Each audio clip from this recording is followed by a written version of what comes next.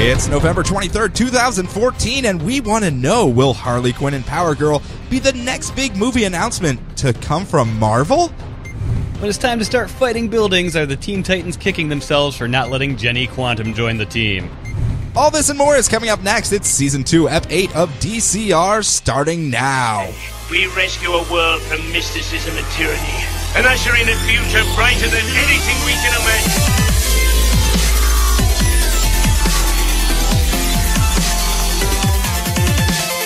Look! Up in the sky! It's a bird! It's a plane! It's Distress Citizens Radio.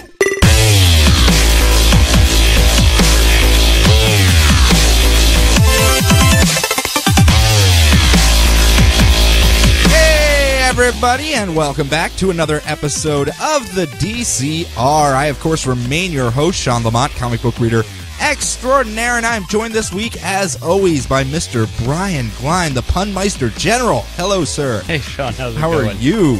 I'm energetic. I have NRG in me. Liquid NRG. I had to buy it for like $5 for the stupid can, but still. Okay. But what we're going to do today, Brian, what are we going to do for the people? We're going to recap everything that happened this week in the New 52. Yeah, it seems like something to do. I should probably read those then. No,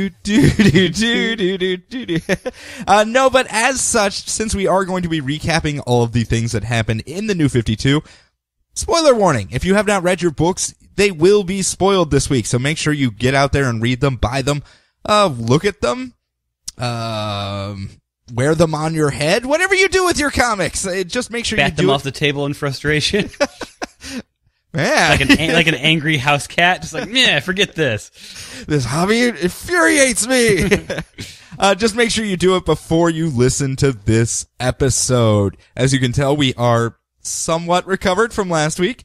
Brian, you have stopped bleeding from your eyeballs. I stopped bleeding from my eyeballs. Congratulations. You will occasionally hear me clearing my throat to clean the blood that still, leaked back down there last week. God damn. Sorry. And I'm on the mend as well, so hopefully we'll have a little bit more energy this time around and have a bit more fun. But we were kind of fun and slap happy last week. I don't know if fun is the word I would use. I was struggling, man. My nails were just pulling off of my hands as I clawed my way to the finish line last week. Before we jump into books, though. Are you sure it wasn't just a case of the leprosy? It might have been. Okay. It's going around. It's under the current of Ebola, right. Since it's taken all the headlines, just that leprosy is sneaking in through the back door. The dark horse plague. It really is. It really is. You know, I'm sorry, I'm completely going to go on a tangent here. When I was younger and we had to set our life goals for 30, when I was still in school myself, one of my life goals was to find the last hidden leper colony. It was going to be like Alan Quartermain. I was going to find it and then just be like, well, this isn't as exciting as a city of gold, not by far. You could do your Sean Connery voice when you were looking for it. I could, but still, it's not going to be the same when you have Alan Quartermain, giant diamond, me, unarmed. But before we jump into books, let's do questions real quick. We've kind of fallen off the horse on them, so we need to make a little bit of catch up with these. The first one comes in from Mama Noon, who I am assuming is the antithesis of Papa Midnight. I'm going to make a wild assumption here that was the play they were making with this nomenclature. Their question is, in early issues, it came out that Supergirl was actually stronger than Superman. Is that still the case today? And if so, why is she second tier then? Is she second tier, Brian? No, teens be hot-headed. Teens be hot-headed. Mm-hmm. That doesn't really answer the question there. Well, even if she's stronger, if she doesn't know how to use it or have the same sense of right and wrong as Superman, I could see her not being considered. See, I always thought it was she's second tier because she has the stigma of she's Superman but a girl. Yes. And that was kind of we didn't have really anything new to think of, so we made her, and it's the same thing, really. It's something you already like, but a girl. With gams. With gams? Is that what you said? Yep. No, I'm just trying to use the cadence and the linguistics of the time. Fair enough. It just seemed like that was kind of the stigma she was fighting over, but having gone back and reread a lot of the older stuff, she seems to take center stage a lot in the the big items, i.e. Crisis on Infinite Earths. She's shown up pretty much in on all account of of her dying. Well, I mean, it was still, she was kind of front and center for a large chunk of it, and some of the other ones she's been front and center as well. It doesn't seem like she's a side character. She's on Canada's Justice League. No, yeah, true. And also, very prevalent in cartoons. Like, if you go back and watch the old Superman animated series, she was in there all the frickin' time. Like, you couldn't turn around without Supergirl just poking her head up and being like, "What's up? Hey guys, I got a white t-shirt now. I'm going to the mall. Let's go. Woo!" So I don't know if I would consider her second tier. In the comics, maybe not. In the public opinion, She's maybe. getting a TV show. That is true. That's more than a lot of other people can say. I did love her in Super Best Friends Forever. Aquaman doesn't have a TV show. Hell, a narc. I guess Aquaman had a TV show. Who hasn't had a TV show? Wonder Woman had one. Batman, of course. Has all the Justice League had a... I mean, not counting Cyborg, since he's kind of... He's on Teen Titans. Well, he hasn't put it in his dues yet either, so he doesn't get a solo show until he has a couple years. Martian Manhunter? Well, he was on Smallville, right? I think so. Yeah, but I don't think any of those characters... Teenage actor eating Oreos, and they're like, look, it's Martian Manhunter. Look, it's Martian Manhunter. He shapeshifted into the form of a CW boy. I don't know. I guess it was be kind of your opinion. Shapeshift that chest hair, young man. There's none of that here. I'm just staring at you and blinking now. I think it's a matter of personal opinion on whether she's second tier. Yeah. Any of these characters, it's your personal opinion on what you're reading. Because if, like, we were reading Vibe very heavily, so for him, well, yeah, he was kind of third tier. Yeah, we're not gonna lie, but in our hearts, he was a higher tier than what he was. Yes. So that's what I was trying to get at. Next question comes in. B plus. Come on. Next question comes in from Michael Faislen. Faislen. So I'm just gonna say Faislen. How do you guys choose what order you do your books in? Some things seem to have a fixed location, in parentheses, the weekly books, but most are just all over the place. I listen each week and I try to find the books that I want to listen about because I don't want to listen to ones that I may read at a later date, and it just seems like it's chaos. Can you please shed some light on your decision-making skills? Oh, Sean just emails me a list sometimes. Sometimes. Most of the time. Let's be fair, most of the time. There is a reason behind it. I try to give every book its time. As many episodes as we've done, the numbers are in your favor. Yes. I try to give each book its time in the sun in the first half. The second half is kind of, you really gotta really want to listen to us babble, because I figure after an hour you're just like, well, maybe I'll come back to this later.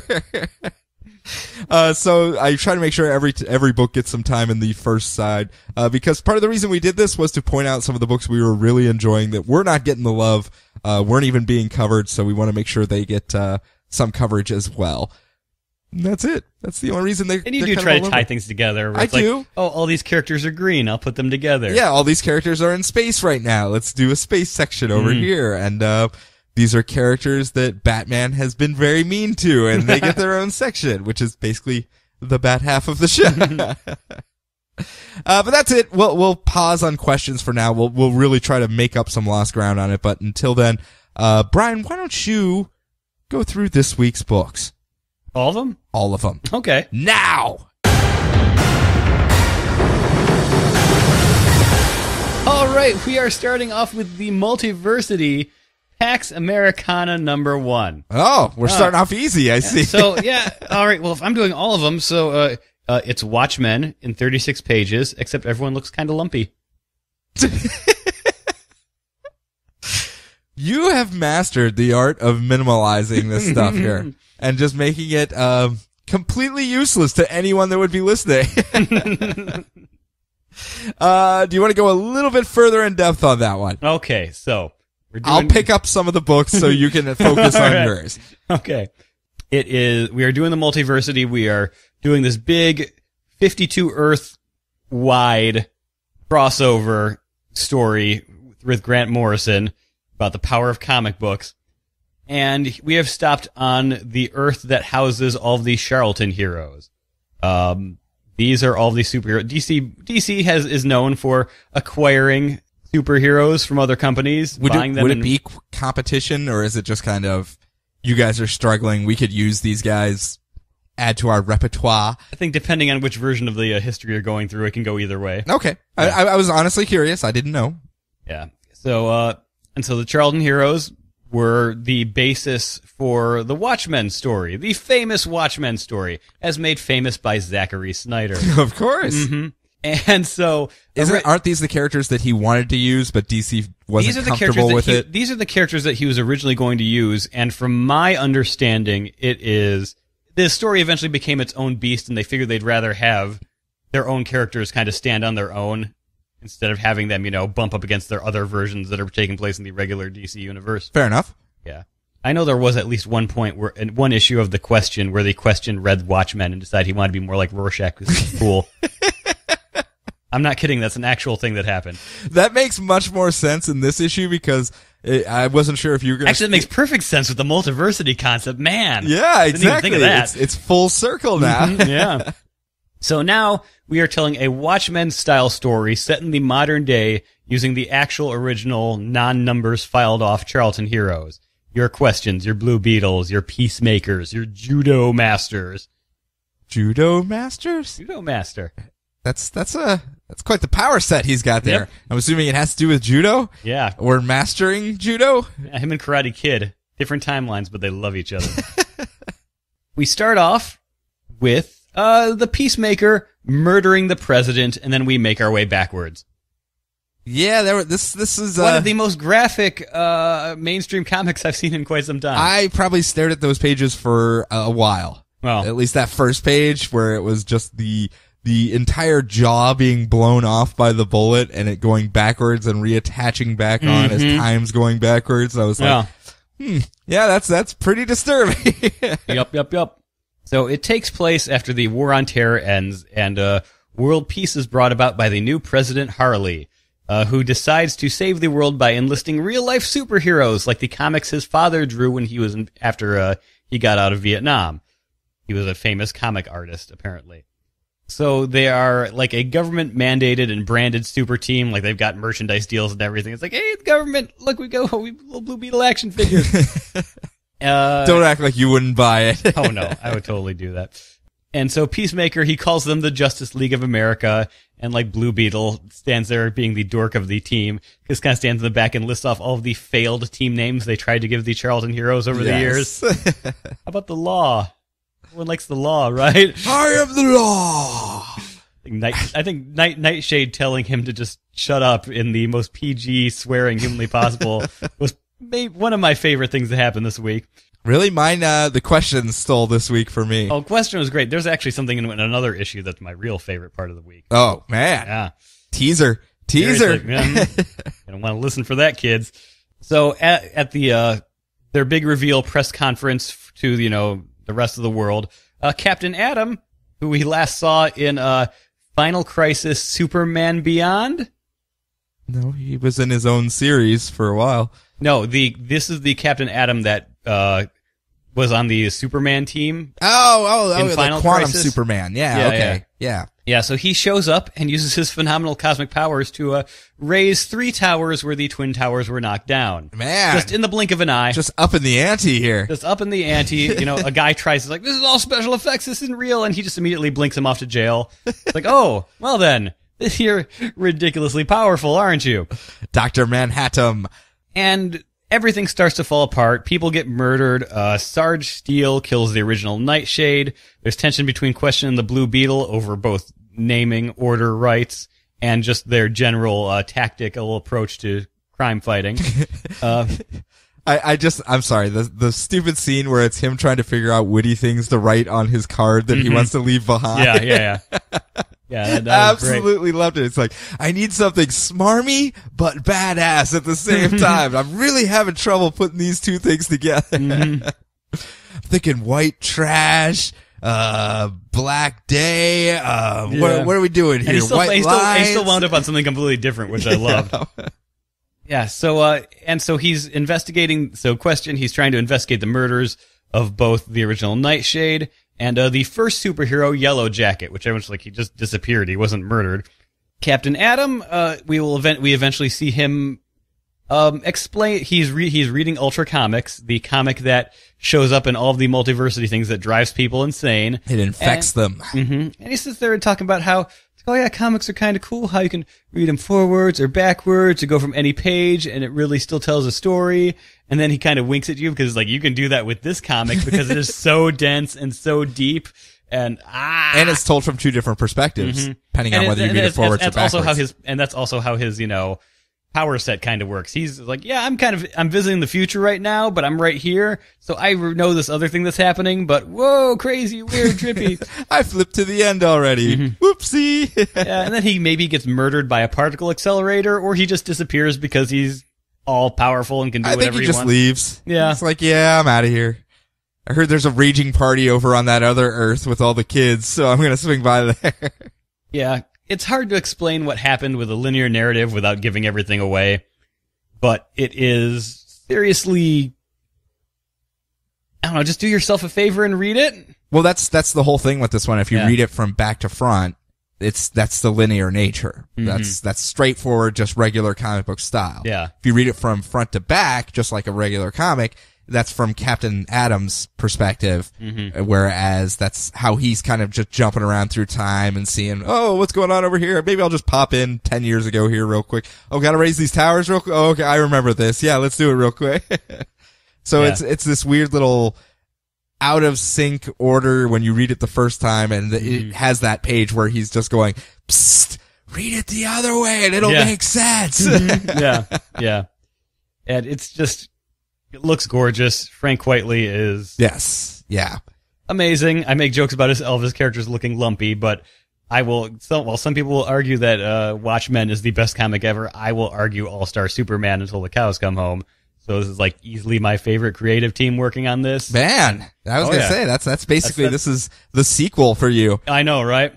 And a little different, I would assume. I don't think there was very many presidential assassinations. No presidential assassinations. No graphic presidential assassinations. No, there is a scene where they're walking around stairs going down through panels. It's very similar to one of my favorite issues of that. But, oh, really? Mm-hmm.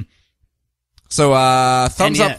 Oh, thumbs up a million times. And let me say, the 2-page spread of the murder investigation that simultaneously takes place before, during, and after the murder is just insane. It really is. That is like one of the greatest bits of sequential storytelling I've seen ever, period. And it was, I looked at it, I turned to that page, and I was like, oh, this is gonna be hard. I can tell just from this layout. And it was so easy to flip through. It was dense, don't get me wrong. It was really dense, but once I figured out the flow of it, I was like, oh, okay, well, that's not that bad then. I understand what they're doing here. I will say, this is the only comic I read yesterday because I'm like, oh, new Multiversity. I'll set aside 15 minutes to read. Like, all comics take about 10 to 15 minutes to read. And I sat down and just like, oh, there goes the rest of my day. Good job, Brian, planning that one out. Way to plan ahead. So we're giving it a definitely check out if you're interested in this kind of weirder angle of things. Do you think this is a commentary on the whole gritty side of things as well? Because this doesn't strike me as Morrison's style. This type of book that this particular issue seemed to focus on.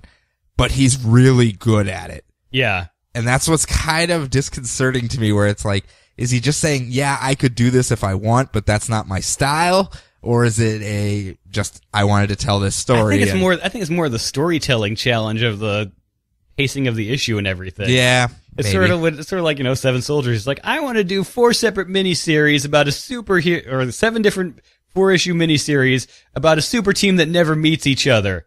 I need 2 extra issues to finish everything off. Can I do that? Maybe let's see if I can pull this off. Come on. He has a dartboard and a lot of booze, and he just kind of throws these 7 people never met miniseries. Okay, let's do it. The manatees have spoken. Here we go. Bulleteer? All right, sure, I'll go for it. Whatever. Wheel of random characters. Turn. So moving on, I have Justice League number 36. Frankenstein on a candle horse, all right. Sure, do what you gotta do. On Mars? Okay. Yeah.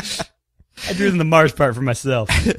Justice League number 36, it's John's, and the new artist for Justice League, Jason Fabok, is on this now and doing excellent work. I quite liked his new start here. It's the Amazovirus. Remember, it was accidentally released into Metropolis itself, and now we're kind of just doing a cold jump forward, maybe a day or two later, and it is now 48 hours later. Okay. I'm trying to maybe. I'm trying to think of what do I want to do? Let's say 28 hours. It's not 28 days, it's just 28 hours later. Yeah. And it is a war-torn hellhole now. Metropolis is completely quarantined off. The virus has already made its way out. It's starting to infect other cities as well. And it is Biohazard Batman. Mm-hmm. In his He is ready to Biohazard be turned into an action figure any or second now. HazBat Man. He would have been the Kmart special Batman that I would have been like, Biohazard Batman, this sucks. But he has that. That's what he's being called online. Okay. So, I was trying to go my own route. I wanted right. to go Biohazard Batman. Anyway, it is him and Superman and Wonder Woman as well. They are the only ones that have not succumbed to this virus. And what it does is it infects the people. If you already have metahuman powers, it was designed by Lex Luthor to mute those powers and basically strip them away from you. Unfortunately, it is kind of fatal in that process as well. If you don't have powers, though, it goes through the same process, except it gives you a random superpower, aka a Amazovirus, and then you violently expel all of the liquids in your body out of every orifice at once. Yeah. So, give and take a little bit. You get superpowers for a day, but that ends not very good unless you gain maybe hydro powers and you can control all the liquids in your body and just say, stay put, fellas. Don't go anywhere. And it's basically Batman and Superman trying to find patient zero, because that's what Lex Luthor says. Lex Luthor actually showing some remorse as well. He is very, very sad and beating himself up that he is responsible for what is killing many, many people throughout the U.S. That wasn't his intention. My God, I have to find the cure. It's my responsibility, but I need patient zero to do it. There's actually a great scene between him and Wonder Woman where they're going back and forth. Wonder Woman's being very, you can't beat yourself up on it. We just have to keep going. We have to keep moving forward. We have to fix this. Don't dwell on your problems right now. Trust me, you'll have plenty of time to do it later. Other than that, there's one little scene that was a little off to me where Captain Cold asks Lex Luthor how the Flash is doing, and he says, oh, he's not doing very well at all, and Captain Cold responds with a smirk, well, that's just too bad. And I was like, oh, I thought you guys were at least frenemies. That's kind of cold, man. Pun cold. Not intended in that one. Anyway, the issue ends when Batman and Superman find Patient Zero, new character. He looks a lot like a Solomon Grundy type guy. Just big, thuggy, zombie-type guy who is stomping through the city of Metropolis, and he's like, oh, I was looking for you! And apparently he's gonna throw down with Biohazard Batman and Superman. I'm very glad the rest of the Justice League was laying on cots this issue, because we did not get enough of a focus on Superman, Batman, and Wonder Woman anywhere else in the comics this week. We really haven't. They've been really low-key for the past couple weeks. Thank goodness the Justice League was not in this Justice League comic. Let's be fair, the focus on this was Lex Luthor. I know. It had nothing to do with Batman, Superman, Wonder Woman. They just had convenient excuses to not be affected by the... I just feel like making the joke every month now until I actually get to see them do stuff. I mean, at least Aquaman jumped off a building last month. He did get that Greg Louganis high dive action going, but in this one, it's more character work with Lex Luthor. He seems sincere. He seems like he wants to turn over that new leaf, but can we trust him, Brian? Yeah. Can we trust him? So next up, what do you got? All right, Wonder Woman 36. Oh yeah, that's right. I did Tall throw this up front. order. A tall order? As the Finches take over after the Azzarello, Chang, Aiken, Suzuka run. Yeah, big shoes. Big shoes. Big shoes. And we start off with Wonder Woman. Well, Wonder Woman. Is that a verb? It's a completely new direction for Wonder Woman as she becomes a verb. Now, we start off with Wonder Woman having a Grey's Anatomy monologue about water. How does it work? Is it wet? Yeah. Does it flow? It picks up from there, thankfully. They do actually deal with the aftermath of the previous things. The men are still living on Paradise Island. Baby Zeke is there, kind of. Didn't see Zola, but, they're dealing with the things that happened there. There is an old crone and someone with a name that's very hard to pronounce and or read. Clayemne. Okay.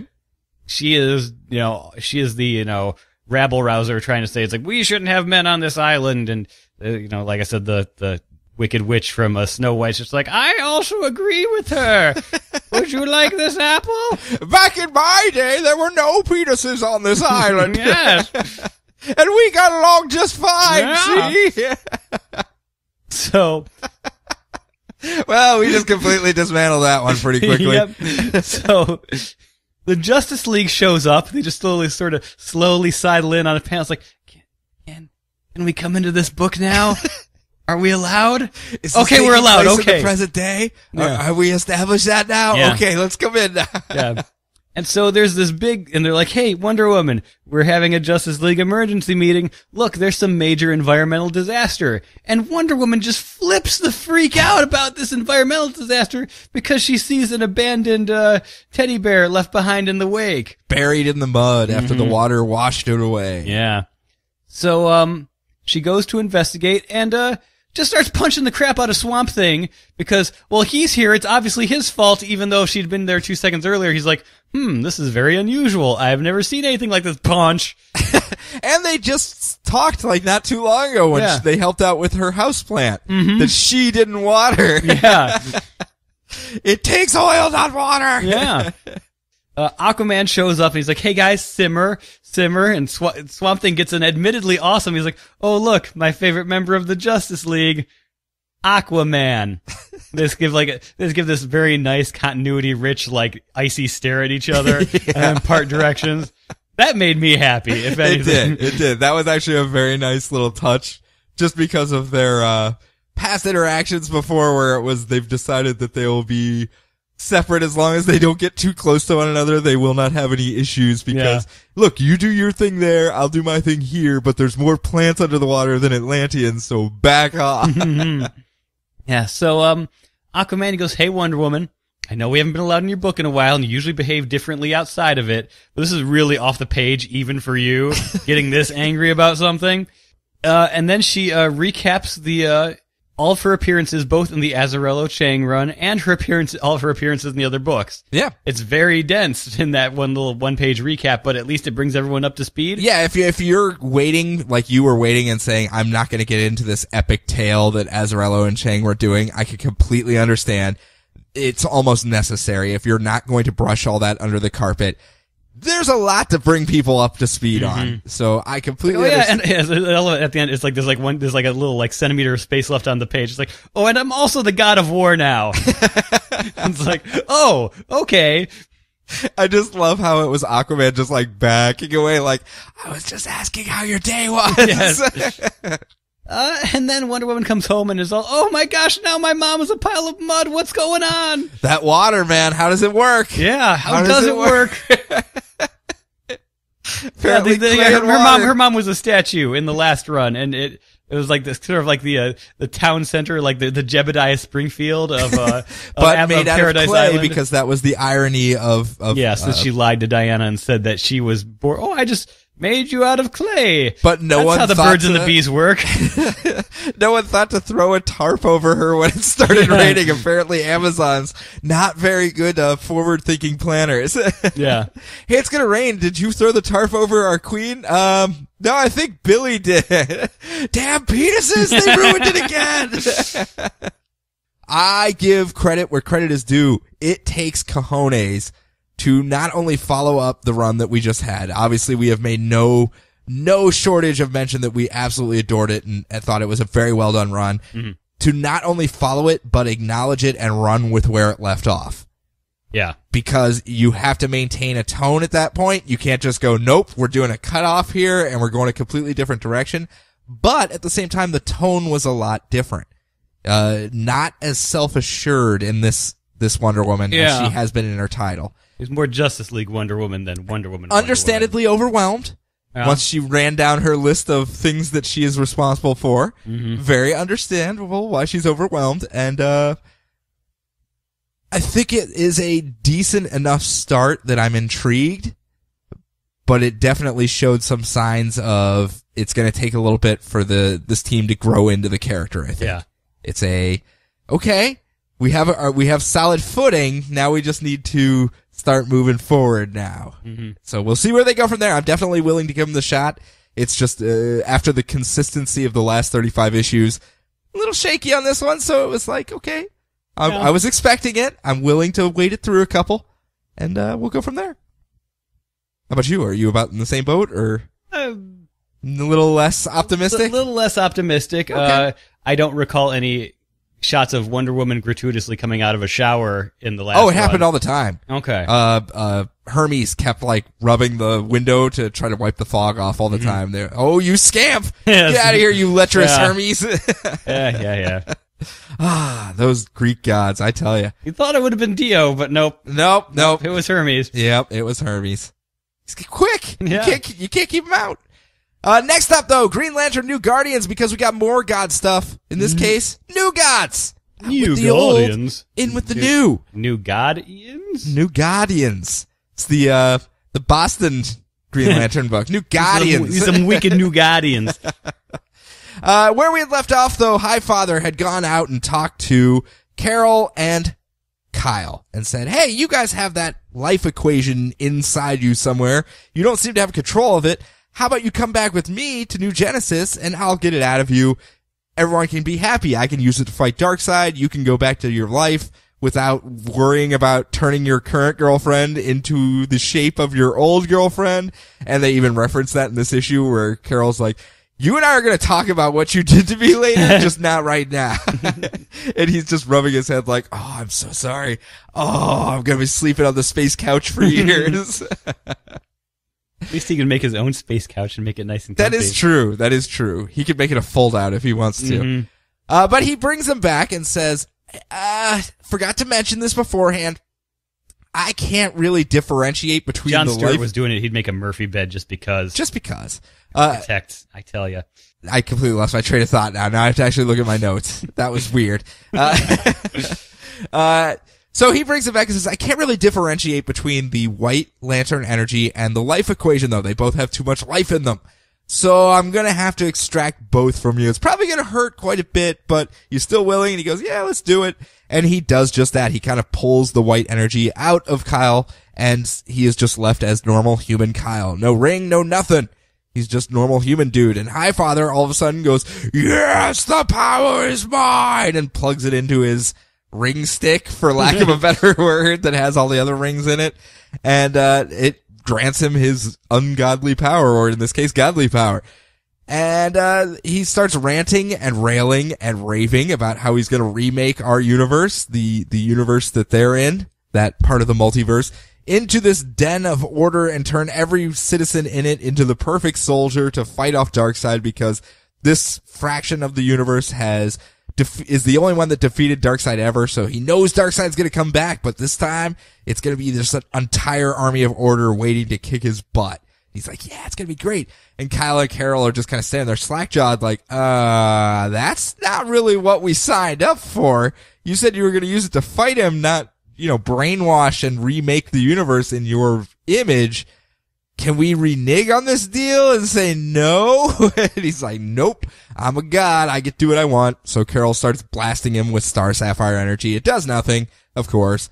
And he ends up draining her battery, and then he casts both of them down to the surface of Genesis.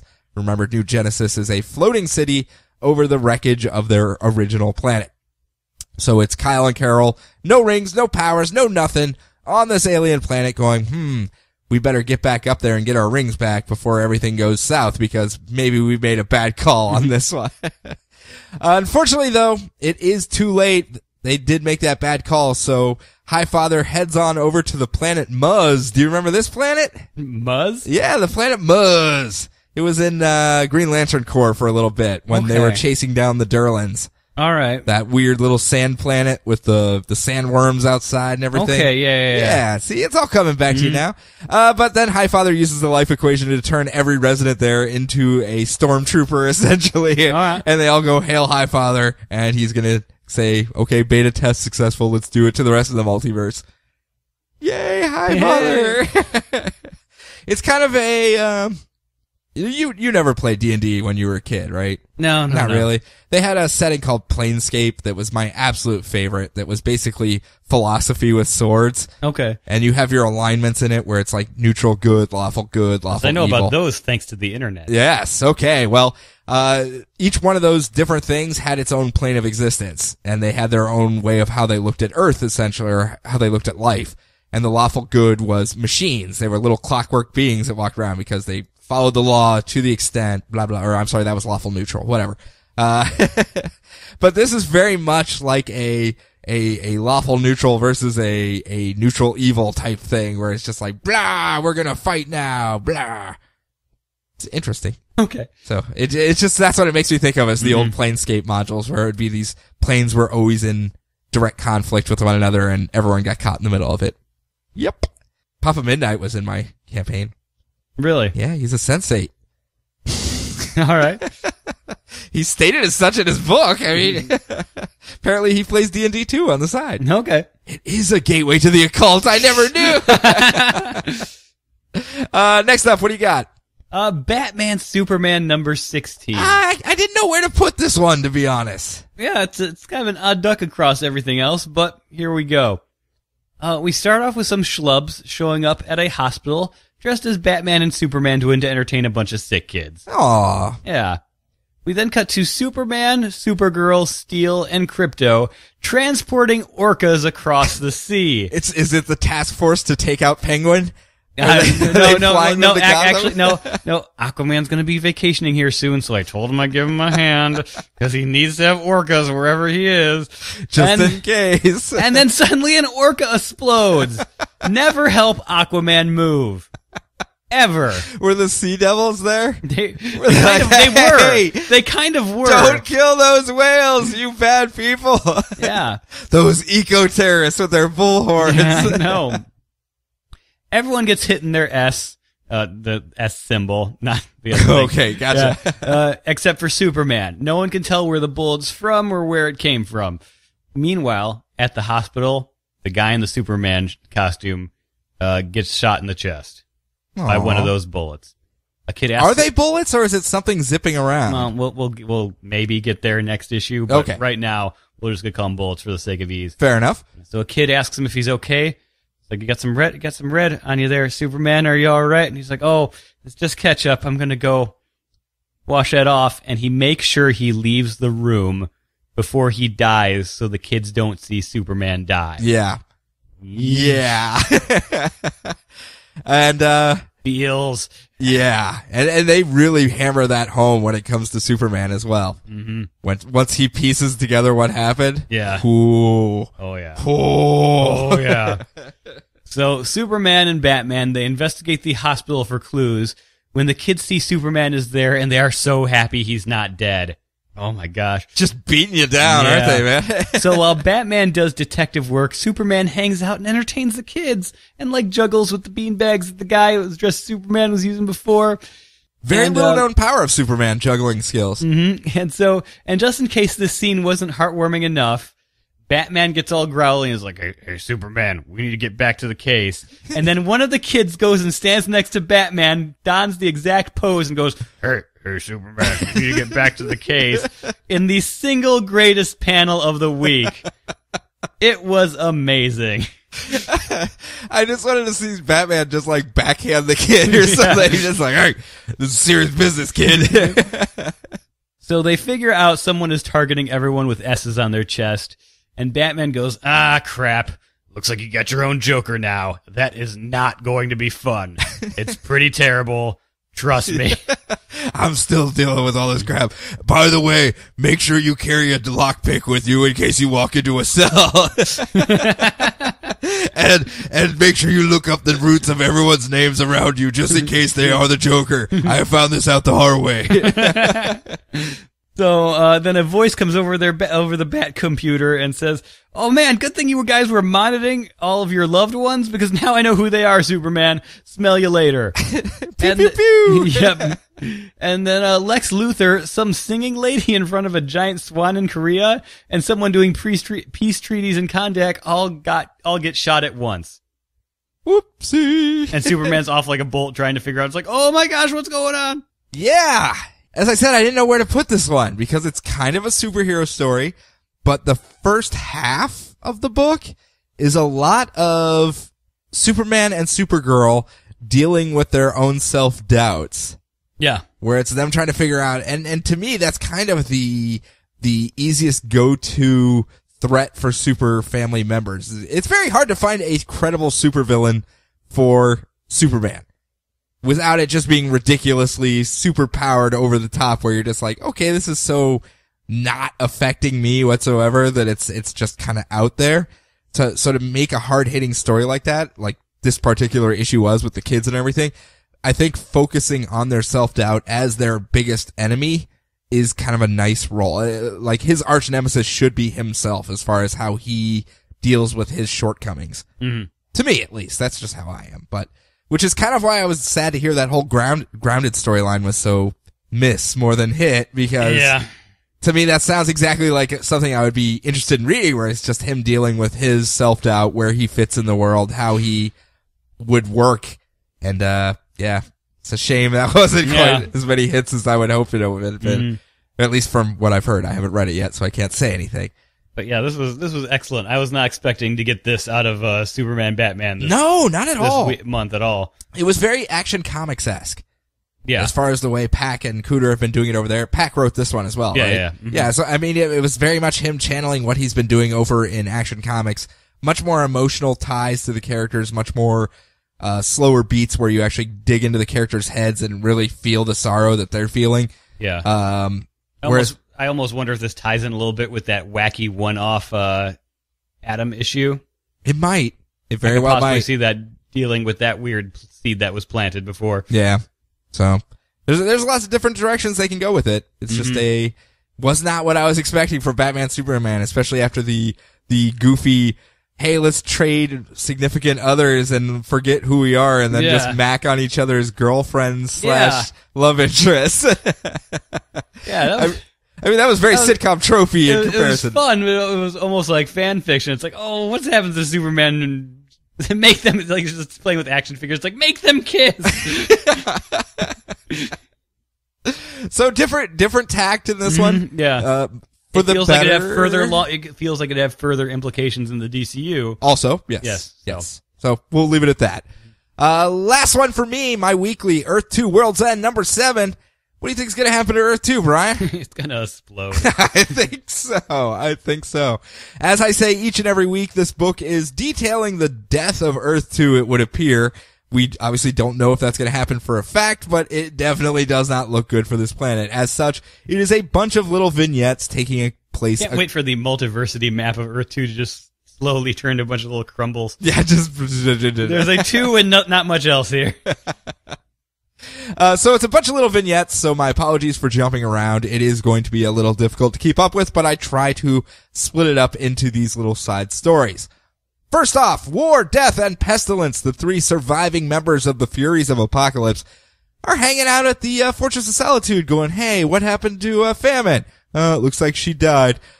Well, that sucks. Now that all 4 of us aren't here, we're going to have to actually work together because we don't have when our powers combine 4 people, we don't have a good euchre team. I don't know what we can do here. So, let's all work together because I sense the Parliament of Earth is getting together all its champions. And if they get them all together, we're going to have a rough time. So let's go disrupt that party over there while we can. Where that party is taking place is over at Alan Scott's ex-boyfriend's house, his dead ex-boyfriend's, ex-fiance's house, where he has found out that his dead ex-fiance is now the avatar of the white, the avatar of air, the atmosphere. He, of course, is the avatar of the green, plants, and the earth itself. And they are hanging out with Solomon Grundy, avatar of the gray, with the rot and the dead and everything. When you start to blow through my leaves, are you going to make a really bad M. Night Shyamalan movie? I just want to figure this out in advance. It's happening. That movie was so bad. But they are having some issues, and Grundy is absolutely loving it because Sam is Mark Wahlberg could be a new Guardian. New Guardian, eh?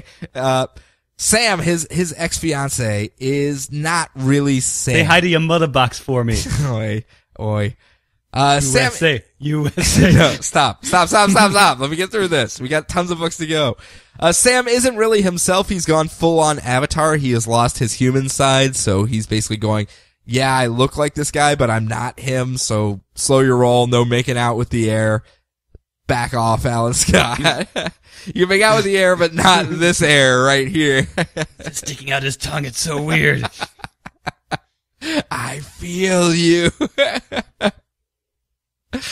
Meanwhile, though, Grundy's making fun of him because his life sucks, and they both take turns beating up Grundy. Ha ha ha.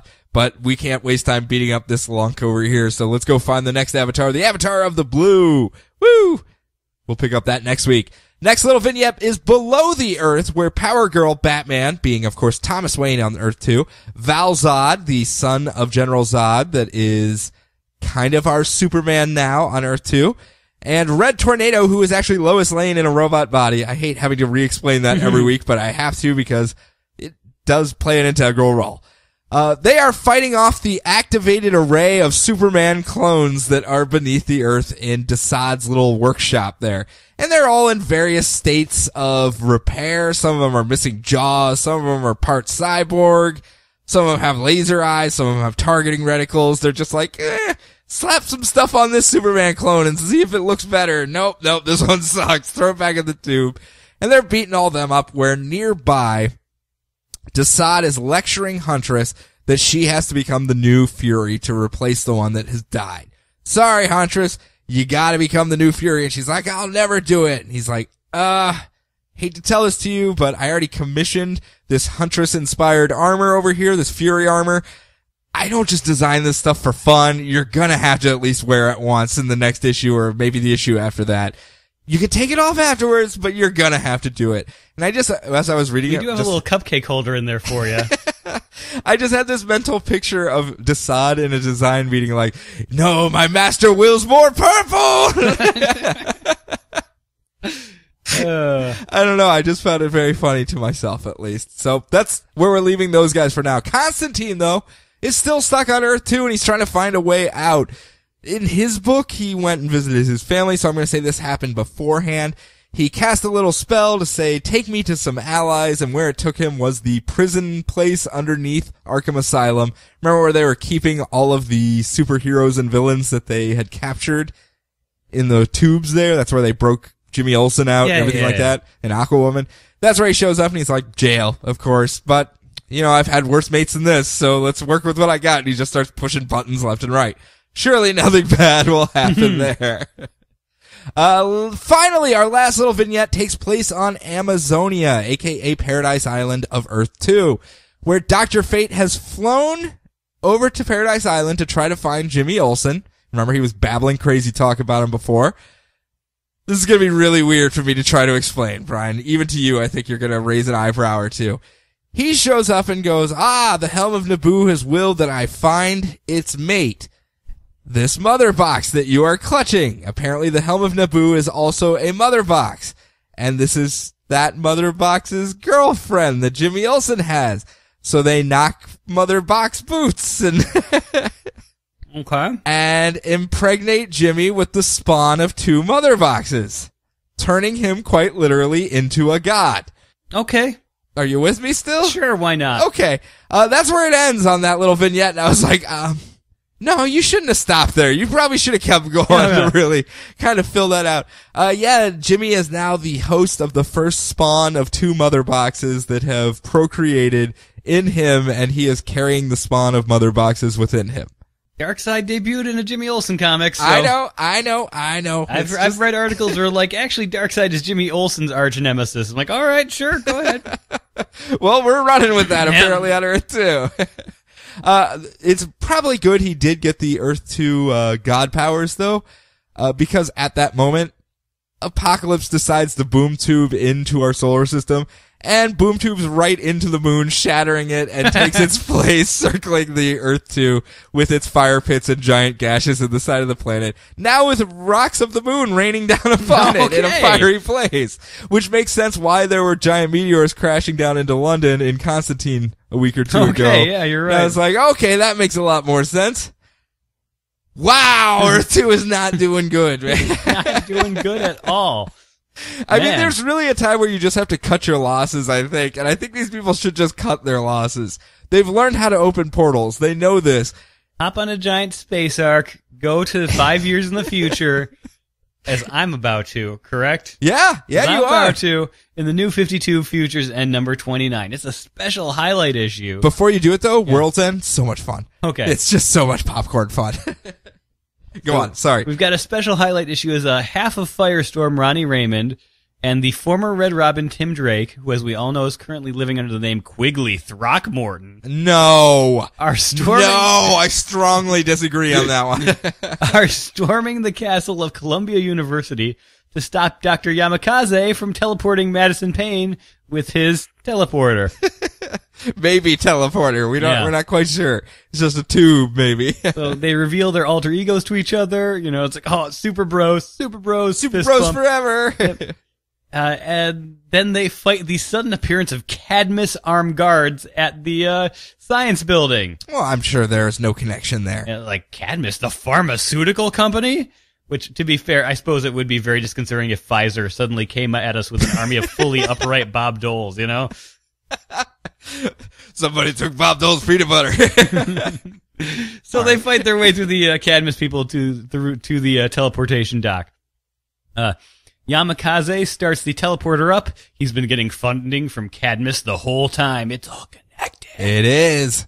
And Ronnie Raymond, ever the genius, decides the best thing to do as this gigantic glowing science thing is happening is to just open up a door and pull his girlfriend out. Isn't that how it works? Mm-hmm. Yeah. Isn't there safety features? Like when you turn on the door or open the door, it automatically turns off? Yeah, like a microwave exactly. or something. Yeah. So he gets blasted by a glowing teleportation energy lightning bolt thing. Jason Rusch tries to run over so they could turn into Firestorm to save him. As, you know, Madison's just like, oh my god, everyone is a superhero. Is there no And they're all superheroes? lying to me. Holy crud. Ronnie starts to disappear. He reaches through Ronnie, touches Madison, and there's an explosion! Oh, boom, boom!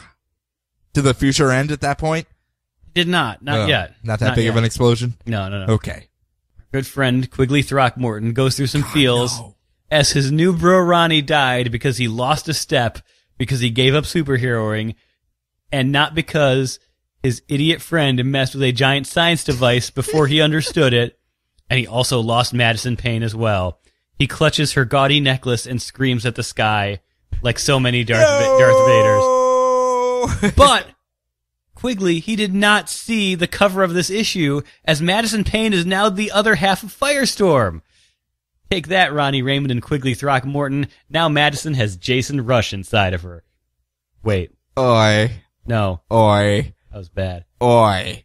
That's over a line right there. It is.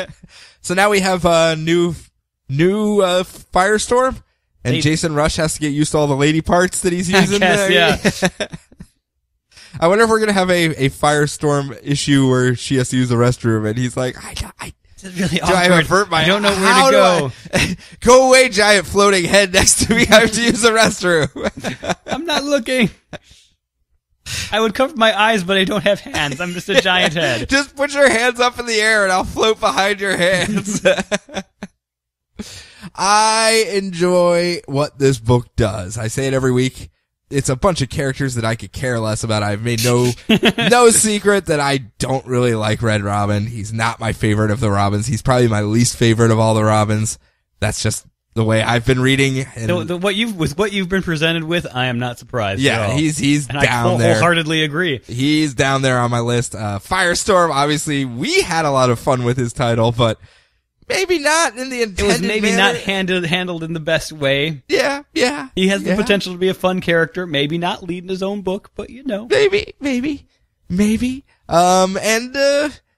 Felicity's not going anywhere near him anytime soon. No. It's just a bunch of characters that I really don't care about. I mean, Amethyst kind of won me over a little bit with Sword of Sorcery. We got some Stormwatch members floating around. We love us our Stormwatch and Frankenstein's kind of my only character that I was like, yeah, get out there and do it. Hawkman? Who cares about Hawkman? I'm joking. I know a lot of people like him, but again, from what I have read, his first foot forward, the Hawkman series, not the best introduction to this guy. He kind of. If there was a weakness to this issue, I did miss peeking in with all of our friends.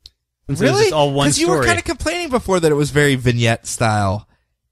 No, I think I usually talk about, it's great. It's like Game of Thrones. You know, if you miss someone for a while, they show back up. That's right. Even if I it's was just thinking of little bits something of else. So. Yeah. All right. Well, you win this round, sir. But what do you have coming up for round 2? A good question. I've got Batwoman, I've got Supergirl, I've got Superman, Wonder Woman, and I've got Teen Titans. And I got Batman Eternal, Batman and Robin, Harley Quinn, and Trinity of Sin all coming up next after a few quick seconds as we take a quick break.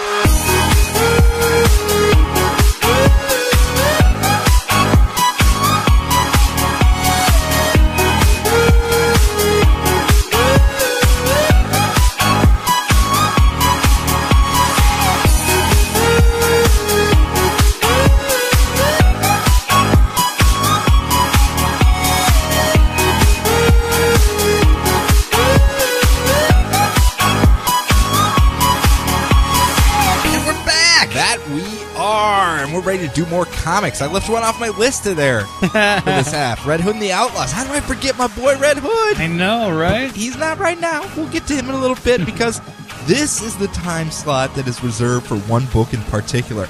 Each and every week, we talk a little Batman. In this case, eternally talking about Batman. He's never going away. Never, ever, ever. Hashtag deal with it, says BuzzFeed Joey. No, even he wouldn't be that way. Batman Eternal number 33, where Commissioner Bard has gone out on the cameras after one of the bat caches exploded, killing all of the people, of course, at the behest of Hush, because he's a mastermind. He's a criminal mastermind, Brian. Mm-hmm. And he has killed a bunch of people using Batman's secret hidden supply depot. And it looks like Batman did it, so Commissioner Bard comes out and goes, maybe it was retaliation because we keep shooting at him. I don't know, that Batman guy's pretty shiesty. Just saying. We don't have any proof though, so I'm not gonna say anything like that. Back away slowly. So Batman goes, I gotta get out there and secure all those bat caches. But there's a lot of them. There's a ton of them throughout the city. This guy has been burrowing little cubby holes throughout Gotham City for years, and apparently putting C4 in each one of those cubby holes because that's what's in each and every one.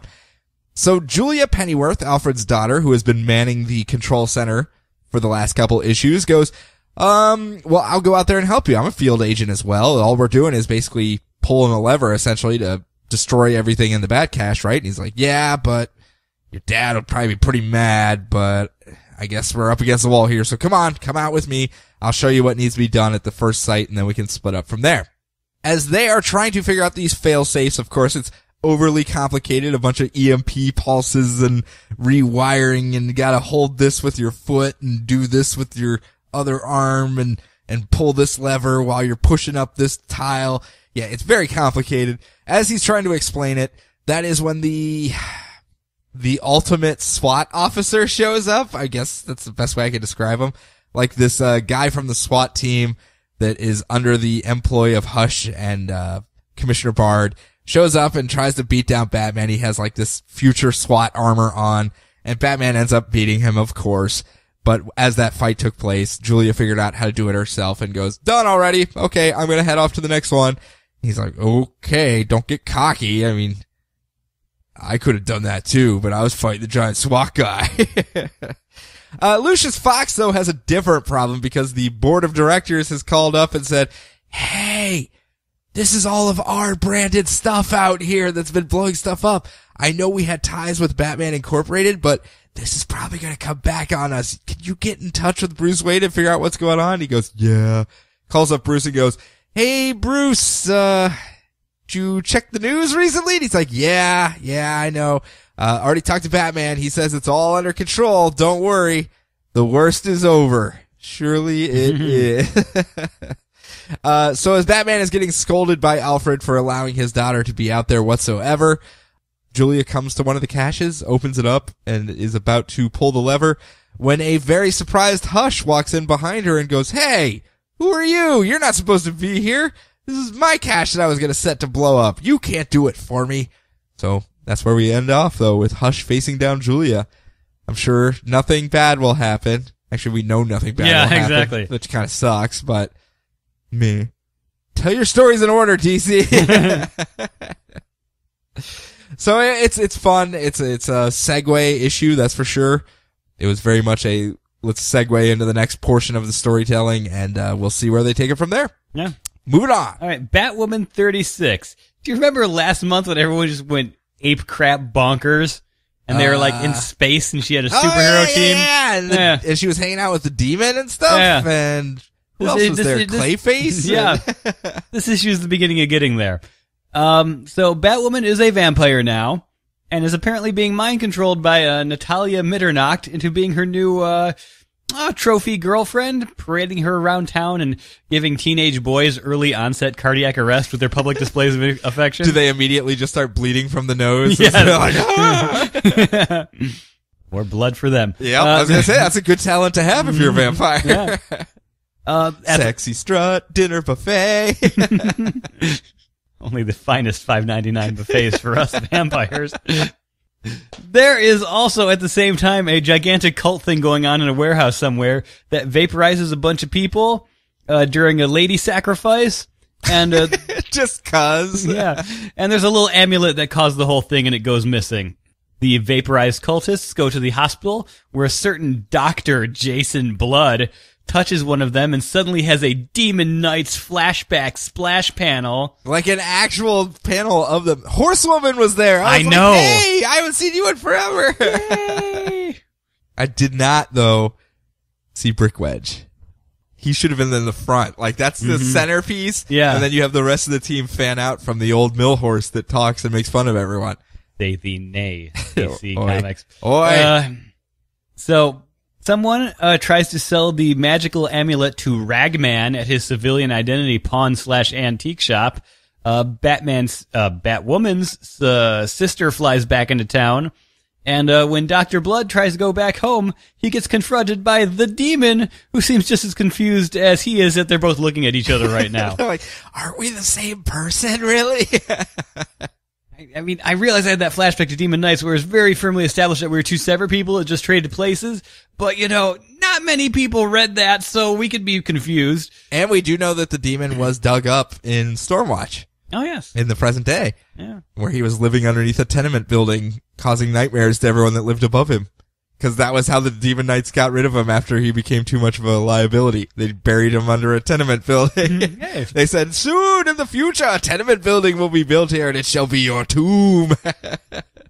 This is a weird title now. From where it's been to now. Yeah. Because we get these smaller character moments still, which was kind of the bread and butter of, I'm going to say his name wrong.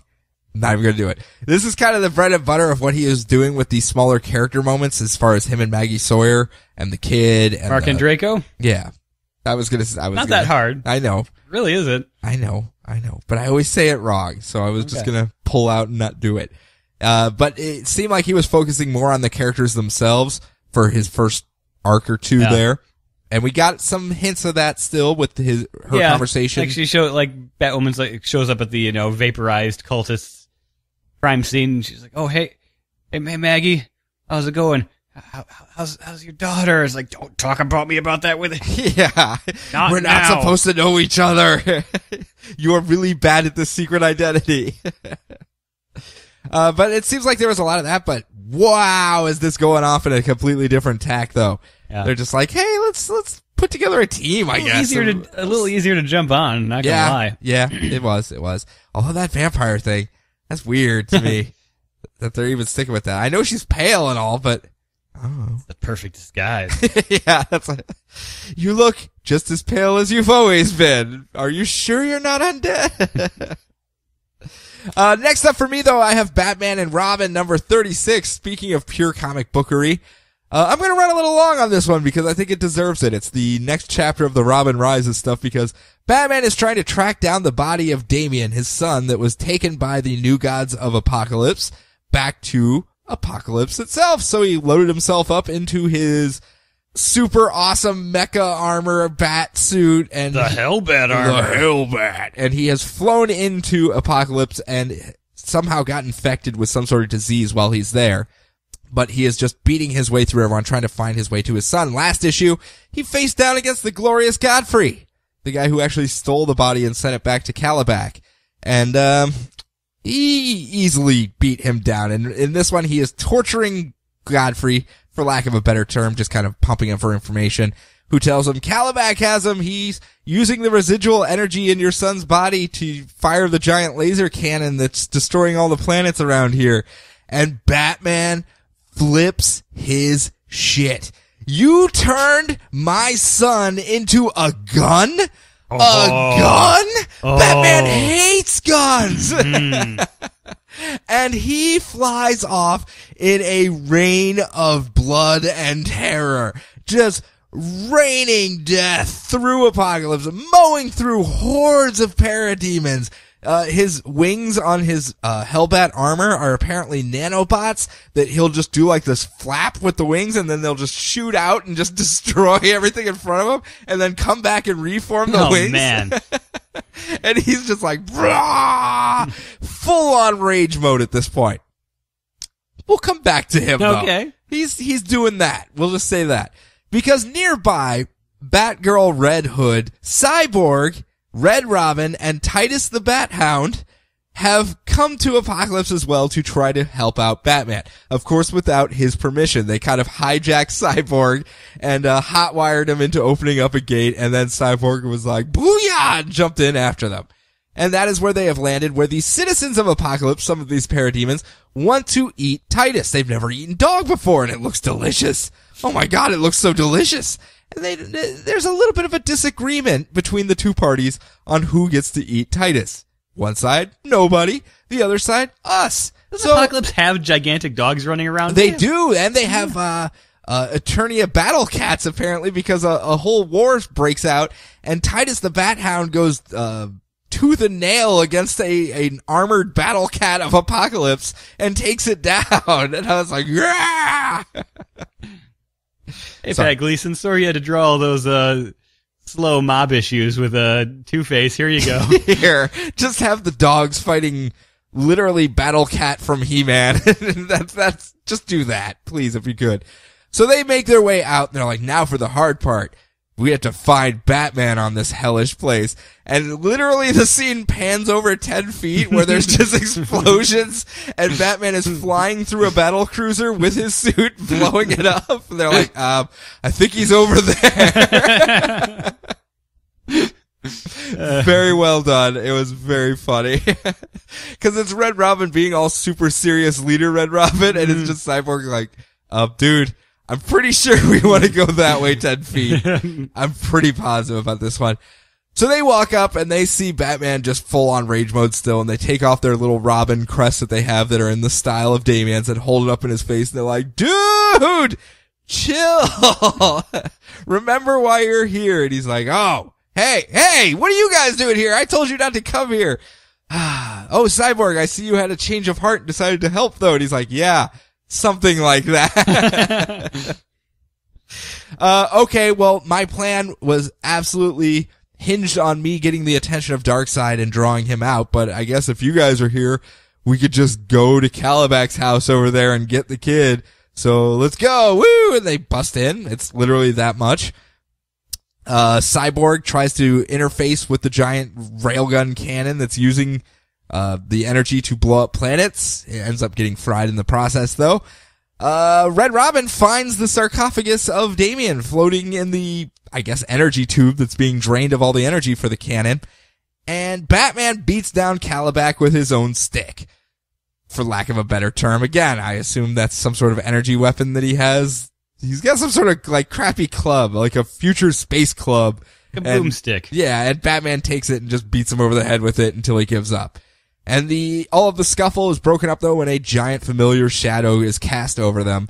As Darkseid steps back into the arena, he has made his return, and all Batman can do is just say with a smile, "Hey, it's about time you showed up. 'Cause I'm in rage mode and I got my HazBat armor, and you and me, brother, are going toe to toe, to toe, to toe." I would say it 6 more times, but you get the point, brother. I was trying to get across the energy of this issue. Hopefully I was able to do so because, whoo! There's an amazing Red Hood line in there. Which one's that? When he's just like, "Oh, I like your costumes, guys," and Red Hood just immediately goes, "Oh, thanks, it was my idea." Yeah. And just gives him the stink eye. He's like, "No, it wasn't." Shut up, Red Hood. No one likes you.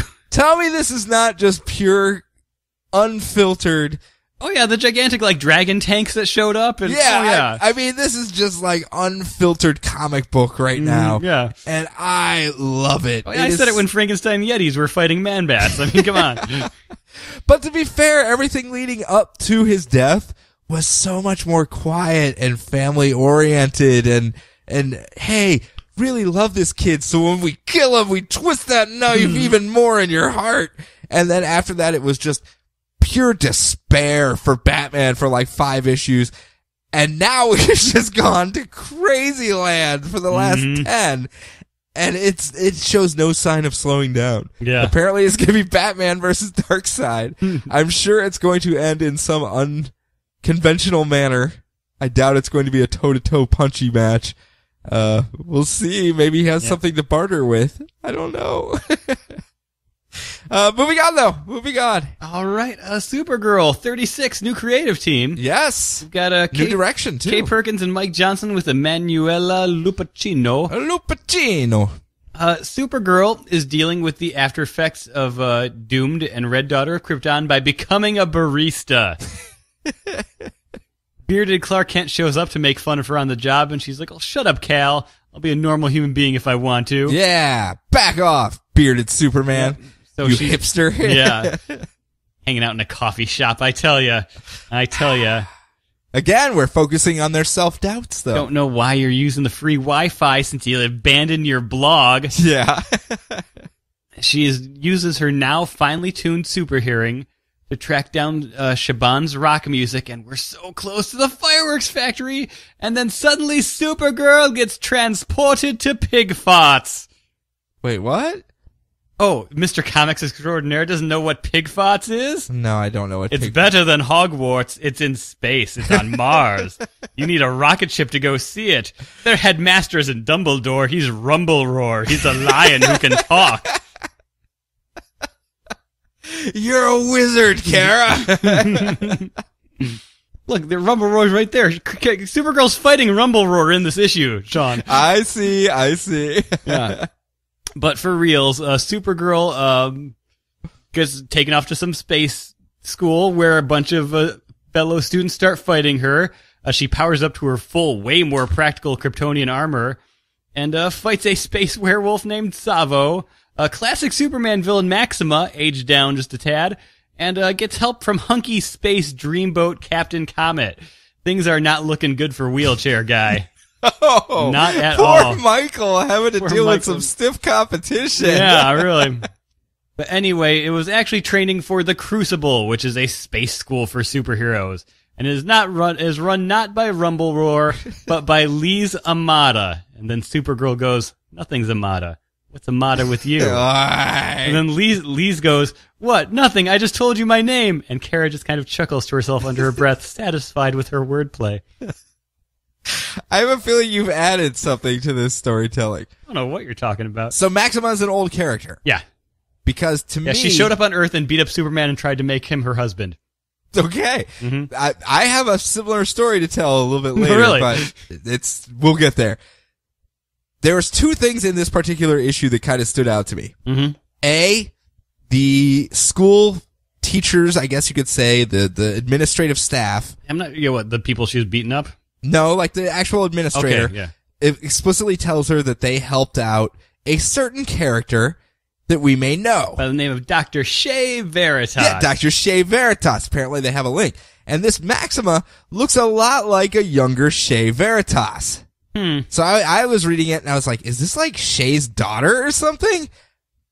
Did we have Spawn, or is this just one of the many Shea Veritases that escaped and it got out into the wild somehow? She's a pre-existing character. I mean, obviously they've changed her a little bit because she's not, The costume had a very Shea Veritas look to it. I suppose, yeah. So it was kind of a, and she's been such a marquee support character for Supergirl. Yeah. To just have her ripped out from underneath her, I was like, maybe they're gonna try to thread a link there somehow. Yeah, it was kind of funny. It's like, great, my number one supporting character just got shunted off as soon as Doomed was over. Thanks, Superman. Guess I'll go back to being my second tier Supergirl self in space. Do you like the idea of a new direction for it, or were you looking more for the at-home barista Supergirl hanging out with Siobhan and having rock adventures? I really want Siobhan to get her story finished already. Yes. She was my favorite part of. Maybe she'll join her in space. As soon as Michael L. Nelson left, I'm like, okay, just let me finish the Siobhan stuff, okay? She could come out to space. She's got superpowers. She can. Maybe she'll join House Witherin and... I'm so sad that Kelly was not here to do all the big farts jokes. It was literally just, like this week. I was just reading it and going, and I know she's not going to be there because of Sparkle Motion. So stupid Sparkle Motion. Yeah. But yeah, the art is gorgeous. It is. Yeah, a little more stylized this time around. A little bit more stylized, less house style. It looks very nice. Yep. It's colors very, very vibrant. Oh, very. When that first shot of the space school before you know what it is was just great. Yeah. With a binary star in the middle of it for their courtyard. Yeah. Hey, meet me at the binary star. Just cuz. Go Crucible binary stars. Woo! So moving on, you have another book. I do. You do. Okay. Because I put Superman Wonder Woman here. I was going to lump in you don't want to do Batman your book with that you forgot about? You know what? Why not? Why not? I'm gonna do Red Hood. My accelerometer's not letting my stuff turn the right way.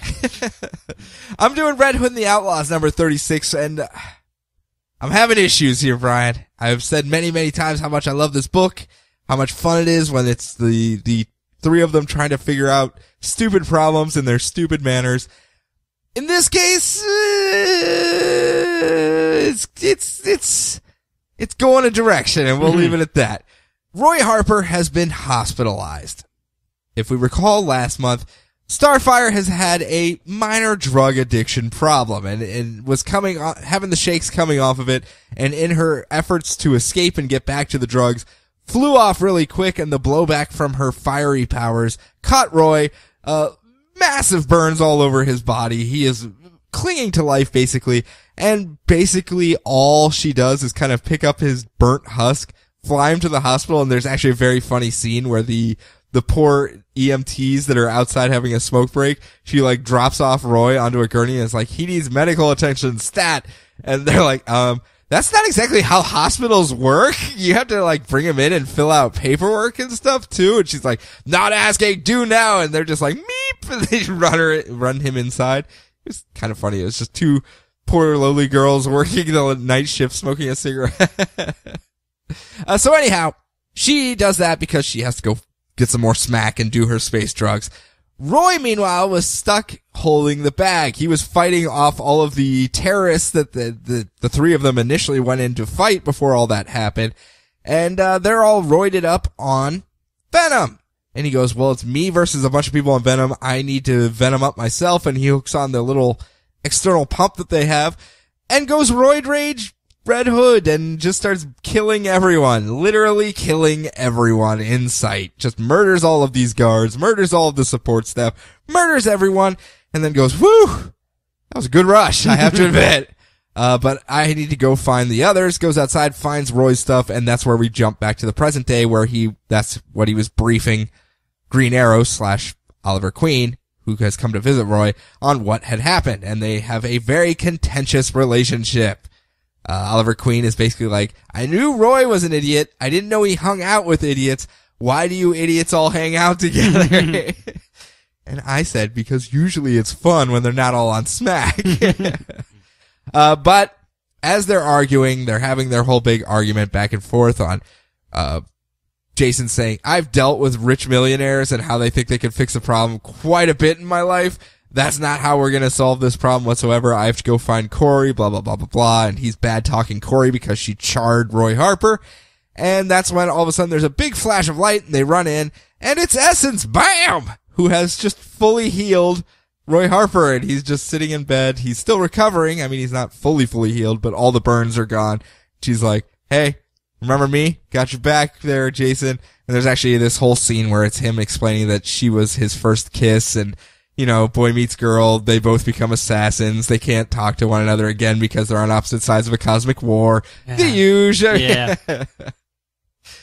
So anyhow, she says, you owe me one. She poofs and disappears away. And it's basically Jason now going to find Corey, who is in Poland doing space smack. Laying on the ground, foaming at the mouth, having visions of her childhood back on Tamaran, and not a very lovely picture whatsoever. Just a lot of drool and foam. And then she comes to and has to go find money for her next hit, as Jason loads up the spaceship that they have with all of the venom that was in that facility because he might need it if he's going solo. And he's going to go find Crux, an alien that they talked to, or actually an Earthling that was genetically fused with an alien way back in like issue 9 that they locked up, and he's going to go find him to talk to him and find out where all the good space drug haunts are on Earth. Put on some sunglasses, say some funny lines, I'm assuming. Yeah. As I said, not the direction that has been the bread and butter for why I like this book at all. At all. So we'll see where it goes from there. If you like drugs, you'll like Red Hood the Outlaws. Now you can do your next one. All right. Superman, Wonder Woman 36. Tomasi taking over with Doug Mahnke on art. Yeah, heavy hitters here. Yeah. We start off with a showing of a Wonder Woman and Superman having the exact opposite of a meet cute in the Justice League's first team up against Parademons. Was that something that was in the original Justice Verbatim. League? Verbatim, all yep, right. That was an actual scene from a different angle. Aha. Dude, it's Tomasi. Well, yes, I know. We've talked about this before. I wasn't sure if this was like an in-between the panels kind of thing or not. That was, well, I mean, at least 2 of the panels were. I think they have like 1 additional panel in there. I see. Clarifying things a little bit. All right, so Superman and Wonder Woman, we cut back to the present day. Superman and Wonder Woman, they're getting ready for a date. It's kind of hilarious. It's date night. Awkward relationship issues. They're not all lovey-dovey as they have been in the past. Why do you use a typewriter, Superman? Why don't you just like type really fast on a keyboard and just be done with it? Don't you write a blog? What are you using paper for anyway? Why do you hate nature? You know, I hate nature too. I punched Swamp Thing yesterday. Yeah. Strike that, reverse it. So they're going on a date. It's kind of ruined by Superman being too nice to everybody. Like he keeps letting people take his taxi. It's raining. Wonder Woman's wet and angry. Very funny. It gets interrupted by, they're about to go see a Broadway show when it gets interrupted by the Atomic Skull and Major Disaster. He got a promotion. Yep. You should just be Captain Disaster, I guess. Yeah. Hey, say what you will about Joe Kelly's Justice League run, but Doug Mahnke always made Major Disaster look cool. He looks cool, but, I mean, does he just control every natural disaster there is? I'm not saying he was a good Justice Leaguer. His power set didn't really make much sense. Yeah, that's what I'm trying to figure out all the time. I'm like, so does he just, like, control everything, or? At least in the Justice League, they tried to do a thing where he almost had, like, butterfly effect powers, where he could create disasters out of little tiny things. Okay, gotcha. And it worked a lot better there, as opposed to just sort of like, I got a tornado! Did he always set up the battlefield all the time, where there'd be, like, a piano hanging off a string or something, and, I don't know, was it basically Home Alone whenever he was around and he would just set up marbles everywhere? He would like knock on a tree and apple would fall down. Just gotta go Rube Goldberg, yeah. Take that, dark side. Yeah. So, they fight. Atomic Skull is hilarious. He's chomping on isotope rods and nuke puking into Superman's mouth. Yeah. Yum, yum, yum. Yeah, they temporarily incapacitate our heroes and fly off with their rocket boots. When suddenly some gold dude named Wonderstar shows up and threatens to kill them if they've hurt Superman and Wonder Woman. Oh. Okay, I was hoping you would have something for me there. Nope, no clue who that dude is. Maybe he's from that Wonder Planet. Not Wonder World. Yeah, Wonderworld. Is it Wonder World? Yeah. Maybe he's the guy from there. No, he would be like 20 stories tall if he was. Maybe he shrinks. Okay. Maybe he's the Atom of Wonder World. No, that guy's named the Moat. Thank you very much. God damn it. Curse your knowledge. Ruining my fun. I what's the word I want to use for this? Brief? Yeah. It was quick. For someone who's known for layering in as much stuff as humanly possible, like we had some hilarious like relationship I love that. stuff. Absolutely the relationship loved it. sitcom was great, and this is like, oh, they're just punching each other? All right, looks cool, if anything. Yeah, it does. Can't deny it doesn't look gorgeous, but again, it's his first foray into it, so he I'm sure usually things builds are up. just gonna build and build and build. Yeah, I mean, if you read Batman and Robin, the first issues he was writing of that, it's not the best thing, but by the end of that first arc, you're like, okay, I see what he was doing here. It's all building off itself. Okay. Yeah. Now I'm in. So. Yeah, he's certainly given us plenty of reason to trust him. So. Yeah, I'm not going anywhere on this title, that's for sure. Next up for me, I'm doing a little switcheroo on the actual schedule that I sent you. So even when I do send it to you, I kind of mess it up anyway. But next up is Trinity of Sin number 2. Number dos.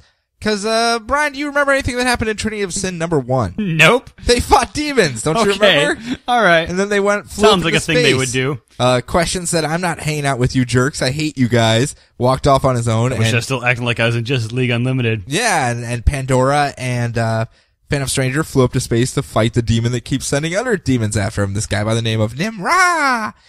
And Nimra is like a giant bird demon, and he wants to return the Earth to the time before the light, when darkness was everywhere in the universe, and it was so much cooler then. I didn't have glary eyes all the time. It was so much better. Now my future's so bright, I gotta wear shades. It's a shame, but I needed the OG sinners themselves to bring the Earth back to that time before there was light.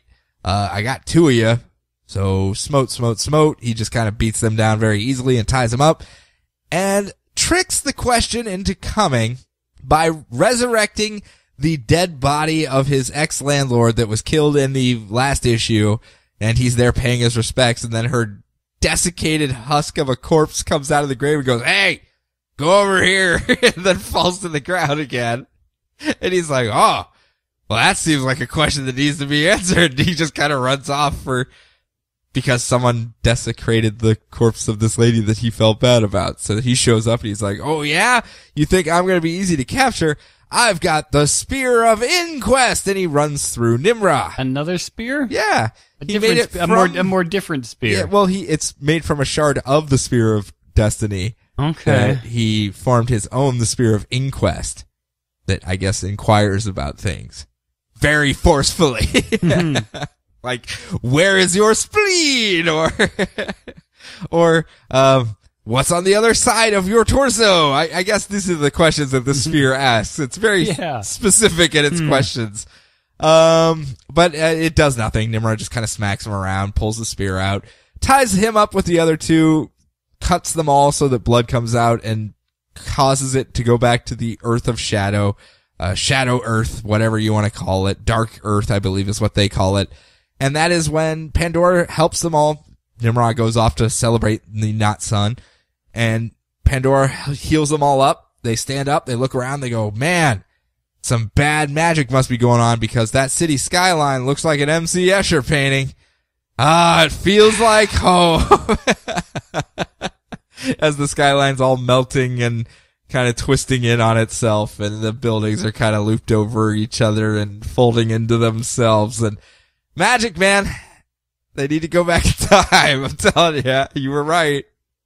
MC Escher is the root of all magic evil in the DC universe. Nope. They take him out. It's smooth sailing from that point forward.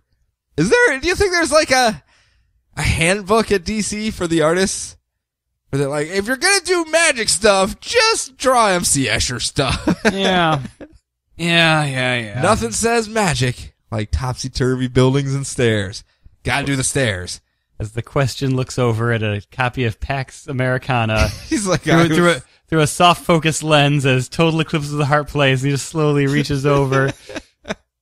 If only. I'm so much better there. So moving on. Obviously, I'm giving it the benefit of the doubt, but that's a lot of benefit. Yeah, I know. It's So moving on to Teen Titans 36. Red Robin fights Algorithm all over Star Labs' fancy new building, and she can control the building, so it's like he's fighting an entire building. Uh-oh. She's going to kill him, but Manchester Black stops her. She gets mad, claims to be the Singularity, and he's like, nope, you're just a program, lady. I can turn you off. Look, bloop. And he turns her off. Well, that was kind of anticlimactic for her. And then, so she then turns her back on. She's shouting about how I'm going to kill you, Manchester Black. And then he turns on some cameras, and then Robin shows up to stop her, and it looks like Robin's a huge hero that stopped a computer lady. Yeah. Because Manchester Black was like, oh no, crazy computer lady. Why are you attacking me? Like, why are you talking like that? Why are the cameras on? I'm very confused. Oh my gosh, Robin just shot me in the head. So then Manchester Black's just like, hey, Teen Titans, you're pretty cool. You're pretty popular right now. But what if you had the resources to really make a difference? What if you joined up with Star Labs? We're hip too. Isn't that what the kids are saying now? Yeah, we're hip. Yeah, we're hip. We're not squares. Yeah, look, I've got pink hair. Come on. That's counterculture. Come on. So he does have that Union Jack tattoo as well. It looks like it's not a t-shirt. It's an actual tat on his chest there. Yep. So the Teen Titans, they're off after the late night Denny's run. They get the distress signal, but not until after they meet the Wonder Girls, who are the vigilante team that dress like Wonder Girl. Yep. And who are just standing in front of her mom's house. No, standing in front of Wonder Girl's apartment. She's like, and her mom's there to like meet her for lunch or something. She's like, okay, Mom, go upstairs, just take your key, lock yourself in there. I've got to deal with something. And the Wonder Girl's like, we will guard this apartment with our lives. Like, okay, whatever. Thanks, whatever. I guess they're guarding you, Mom. So they go and they run off to the Star Labs facility, and immediately Beast Boy's just like, oh man, we gotta get inside another one of these things. This sucks. And then suddenly Robin shows up at the front gate with Manchester Black. He's like, hey guys, everything's cool. I know it looks weird. It looks like he's got a t-shirt on. It's just a tattoo. He is wearing a leather jacket over bare skin. He's a little ripe, but he's on our side, so we're going to deal with it. How cool is that? And we got to get on the trending list here. So I've signed a contract. We are now property of Star Labs, I guess. Yeah. Does Hashtag jacket sweat. Does Beast Boy look he's only like a dog and a meerkat in this one. Very tiny. Yeah, we don't get any like buffalo stomping like shuffle shots or anything. So you're so spoiled already. We're 4 issues in and you're just like, I want the most exotic, weird animal. Just a meerkat? Not a Quetzalcoatl? Okay. A chupacabra! At least a narwhal. Come on. That would actually be a very useful animal under the water. It would be. Question would use him to great effect. So let me ask you a question. Let me ask you a question, though. Mm-hmm. You listened. You weren't reading the last run of Teen Titans. Yeah. You made a very conscious decision. You were not going to read those issues based off of what you were hearing. Mm-hmm. Do these seem better? Yes. Much better? Mm-hmm. Infinitely better? I'm enjoying them quite a bit. They are also that when Algorithm shows up, polygons follow her, but besides that. There is that whole, it seems to be aimed, the voice, the tone, and everything does seem to also, just like Batgirl, just like Gotham Academy to a lesser degree, is aimed more towards a modern audience. Yeah. And I don't mean us as the modern audience even. I mean, I follow along with this stuff I'm fine. hip. I'm cool. Yeah, I know what the kids are down with. I'm with the DL. Is that how you use that? No, not at all. Sean. Okay. You should feel bad. Bosheezy? Is that still in? No. Someday I'll catch up again. Fail, Sean. Fail. Wait, is that still in? Do people still say that? I still hear kids say it, so it's got to be a thing. Is hashtags still a thing? Are ampersands back in? Ampersands are next year. Oh, it's like the fashion curve. Yes, I liked it before. It's cool. Yeah, exactly. It's like we're early adopters. We're just like the fashion industry. We tell everyone it's going to be cool like a year or two later, so all the people can get in on the ground floor. Beth always calls me make sure everything's the right color. Beth calls me an ultra hipster because I like things when they're never cool. Thanks for the self-esteem boost. So, I was just curious. I knew you weren't really hip on the old one, so I was curious if this new one was scratching an itch that you were kind of looking for, especially with how much you've been enjoying the Teen Titans stuff before, i.e. the cartoons and older runs, so to speak. Yeah. So, is it 23 skadoosh? 23 skadoo. It's the bee's knees, my man. Yep. It's the bee's knees. Mm-hmm. Last book of this. We need to get the red bee back so her power can be that she has bee knees. Look, they're multi-segmented. Very useful. I'm going to ramble a long time on this one. Okay. And it's surprising because it's one of the books I usually just zip through it real quick, but it deserves it. It deserves it. It's Harley Quinn, number 12. What was happening last month, Brian? Power Girl? Power Girl. Makeovers? Makeovers. But their makeover session was interrupted by two people. Do you remember who it was? Egg Foo Young? No. That was the annual. That was the annual, yeah. It would be Clock King and Sportsmaster, who have led the greatest mall heist ever known to man. Is it the Mall of America? No, it's like the Hoboken Mall. So, whatever. Okay. They're at the mall. Way to set your sights high, guys. Well, I mean, it's these guys are pretty much. How many superheroes are in Minnesota? I'm sure there's one. Minimal. Gopher Man? Perhaps. Golden Gopher Man? The Golden Gopher, yeah. Yeah. I would root for him. Minnesota's my team. Like 4th or 5th on my list of teams I root for, but they're like my little pet team. Okay. Like my little pet gopher. Anyhow, both Harley Quinn and Power Girl go, ha! Little did you know that we are the protectors of malls, and they rip off their clothes into their super suits and charge into the fray. But Clock King has this weird, like, hula hoop device that he has in his watch, and he pulls it out and expands it, and both Sportsmaster... Wait, again, I'm sure I probably said this already. Which Clock King is it? Because we've had 3 different... It's the old, weird, German-looking guy with the clock glasses.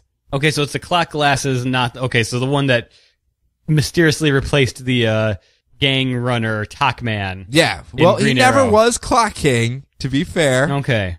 I mean, he worked at the Clock King. That was the name of the shop. I suppose the guy named Talkman who became the Clock King on the TV show threw me off a bit. Yeah. Yeah. So in this one, in Green Arrow, he never actually became Clock King. He was just, Mr. Talkman, the rival gang lord of Seattle. So, our Clock King now is old timey. All right. But he's there with janky Sportsmaster wearing all of his, like, umpire freaking chest guard and, and a hockey mask, and he has, like, some sticks of some sorts. I don't know. I don't Remember know. how they made him cool in Young Justice? He how the hell was did they do that? cool in Young Justice. How the hell did they do that? He was such a likable well, not likable, but, you felt bad for him because he was just trying to protect his family all the time too, and get them all together. That's all he wanted, was to just be a bad dad, but still be a dad at least. And then now he's all craptacular again in the comics. Yeah. But they play with it. They have fun with it. Anyway, Clock King pulls out this giant hula hoop, and they use it like a butterfly net and throw it over Harley Quinn and Power Girl, and it sends them to a different part of the universe, alternate dimension. We don't know. They end up on this slave planet, essentially, ruled by Queen I Did Your Mom. It's actually I Did Your Mom, but they keep calling her Queen I Did Your Mom, and her lover Paul the accountant from Astoria, who are ruling this planet. And Paul from Astoria goes to corroborate their story that they're heroes from where they came from, and is about to say that Harley Quinn is actually a villain when Harley evaporates him with a laser gun she finds laying around, and then they're stuck on the wrong run because they killed the lover of the queen. And they're running until they run across the actual king, because it turns out Paul from Astoria was just the lover. They have an open marriage. The king of this planet is a giant pug. Is he a pug? No, he's not a pug. He's Chihuahua? Yeah, I guess he is a pug. He's Okay. a pug. My dog breeds are off. So his name's Arthur. Arthur the pug. And Okay. he shows up. They have a very awkward argument about their open relationship and interspecies relationships. And then he eats the queen. And he's like, nom, nom, nom, nom, nom. Hey, you two. Thanks for killing that guy. I hated him. What can I do to help you out? And they're like, can you tell us how to get back home? Where's the other side of the ring so we can just jump back through? And he's like, well, that's a very complicated thing. You see, the guy that has that ring that you can get back is actually the biggest threat to the known universe. His name is Manos. He is the angry titan, the ruler of the Infinity Rings, and he lives out on a bunch of floating rocks in space with all of his children who hate him. I don't know if you know who this is referencing at all, but What the hell is this book, Sean? I don't know. I don't know why the giant pug didn't stop me, but So he trades this information for the fact that they send bacon cheeseburgers back through the portal so that Arthur the pug can eat them because he loves bacon cheeseburgers. And then they go off to go get this, one of the Infinity Rings that is the gateway back to Earth. They show up. Manos comes out, who looks exactly as, take a wild stab, Brian. Mongol. No, very, very similar, but not quite. Thanos, of course. He looks just like Thanos from Marvel. And he is destroying the planets with his cosmic organ. Which they have a lot of fun saying the word cosmic organ in many different ways. I would imagine. And then they have an argument. Power Girl beats him up. Harley Quinn dons all of the Infinity Rings and becomes the master of this Marvel universe. And Bazat's Manos killing him. And they basically... There's this really funny scene where they're out on rocks in the middle of space, just like you've seen in the movies. Yeah. It's literally that set. And all of his kids are there just like listening to headsets and playing on their iPads. And he's like, children, assist me. And they're like, whatever, Dad, we hate you. It's so meta weird. What's her name from Guardians? The daughter, not Gamora, but Nebula. Yeah, Nebula is like the first one that's sitting there, just like, whatever, Dad, we hate you. It's blatant reference. Mm-hmm. They end up jumping back through because they have a bigger threat, that great big mole heist that they need to stop. So they jump through the rings, go to attack Clock King and Sportsmaster, but they just keep butterfly netting them back into the hoop again. Until finally they come jumping out again, and apparently some time has passed because Power Girl is in a wedding dress and Harley Quinn is the den mother of a bunch of three-eyed alien cats. And they're like, yeah, now's our chance, because Power Girl was about to marry a guy by the name of Vartox. And I'll get back to him in a second, but that was where that was going on. And so now they're going to fight off against Sportsmaster and Clock King. And Sportsmaster and Clock King are just completely confused by what's happening. So let's take a quick detour here, because when you throw out a name in a book like this, where it's obviously referencing a bunch of things, I go, well, I'm going to look this guy up to see what they're talking about. And you found out crap about the roofie that walked as a man, known as Starfox. Oh my God.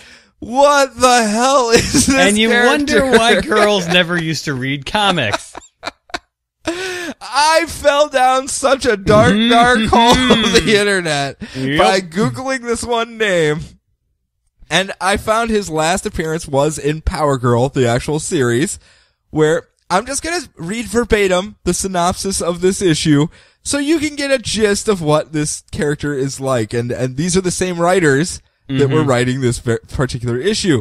All of the women of his home planet of Valoron have recently been made sterile by a contraceptive bomb, prompting Vartox to search for the best female specimen in the universe so that he can repopulate his planet.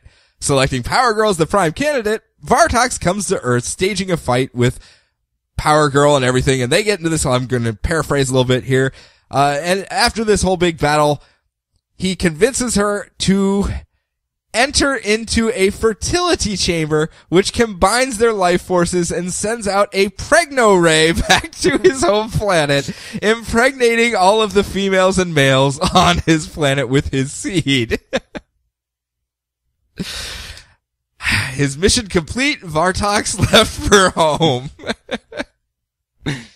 Yeah, I thought since they were doing the Marvel thing, I thought they were talking about Starfox, another one of these squicky, awful characters. No, in comics that was the second half of it. Okay. Because these are the two characters that I found here. Vartox, strange in his own right. Yes. That led me over to comparisons. Yeah. But that was the direct comparison over to your boy, Starfox. What the hell is happening in comic books? How old was that stuff? Oh, 70s, 80s, I would say. It looked probably old, a little bit of early 90s. And it looked shiesty. Yep. Sort of like how you do not want to go into early Captain Marvel stuff. Yeah. Nope. No, not at all. When she was Carol had some bad back history. Oh, really? Oh. Yeah. Has been properly swept under the rug. And then stomped on. I think, like the back half, I think when Dan Slott knew that She-Hulk was going to get canceled, he spent many issues just sort of like tidying up some of the weirder crap that She-Hulk got into, and yep, Starfox was involved.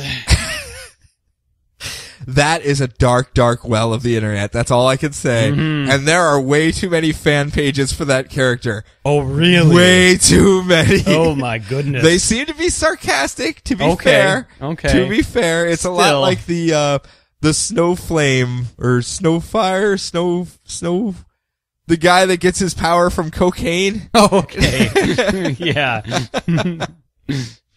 Yeah, there seems to be a lot of these, let's take the worst representatives of comics from back in the day and make fan pages to them out there. And, your boy had a couple out there that were a little... I'm calling him my boy. He's not my boy. You're the one that, your ears perked up as soon as I got there. So, I'm just saying. Yeah. Just saying. Harley Quinn turned on a dime for me, man. Turned on a dime. It is fun. It is a lot of fun. Our pants on our heads. That's all it is. It's pants on head crazy. Woo loo loo loo loo, and they just run around and do crazy shit now. They go to the Marvel Universe. They apparently stop Thanos and then shirk off ruling the multiverse. Power Girl doesn't care what what universe she's in yet. Nope. And shirk off their responsibilities there to stop the Great Mall heist because that was more important to them. So, I'm gonna knock over the Sanrio. Who's gonna get Hello Kitty toasters? I'm backing away slowly. I wanted to end on that note. That's why I did my little flip-flop. Comics, everybody. Comics. Those pretzels belong to one Mr. Wetzel. Thank you very much. But that's it. That wraps us up for this week. So we have one thing that we ask of you, but this week I'm going to double down. I'm going to ask two things of you. But first, buy these books. There's enough of them. You could probably just stick your hand out at a comic shop and you'd come back with a DC book because there were so many released this week. So many. A lot of good ones. There were a lot of good ones. At least one. No, I'm saying there were a lot of good ones, but there were a handful, at least in my pile, that were left something to be desired. So I'm hoping those pick up here. I try to maintain optimism. Some books make it a lot easier on me than others, but I'm hopeful for the future, my man. Hopeful, if I can speak. The other thing I'm going to ask of you guys, though, we are coming upon the Thanksgiving season. It's Thanksgiving week. We just had Canadian Thanksgiving a couple weeks ago. We get to double dip here in Northern Ohio. We have American Thanksgiving this week. So I'm going to do what I asked you guys to do last year as well. Send out a quick note to a creator of your choice, someone that has brought you joy this year, and just tell them thanks. Don't hashtag us, don't reference us. This isn't a buzz thing. This isn't us trying to get our name out there. Just make sure you pass along the good vibes, the goodwill. These people are doing a job, and they like to hear every now and again if you're enjoying their work. I know when I do hard work, if someone says, hey, That's pretty cool. It makes me feel better as well, which is why I wanted to say thank you to all of you guys for all of the work you've done in helping make this show be anything more than the two of us talking into the empty air. Because if you would have told me how many listeners we have, last year even, probably wouldn't have believed you. Yeah. Probably not.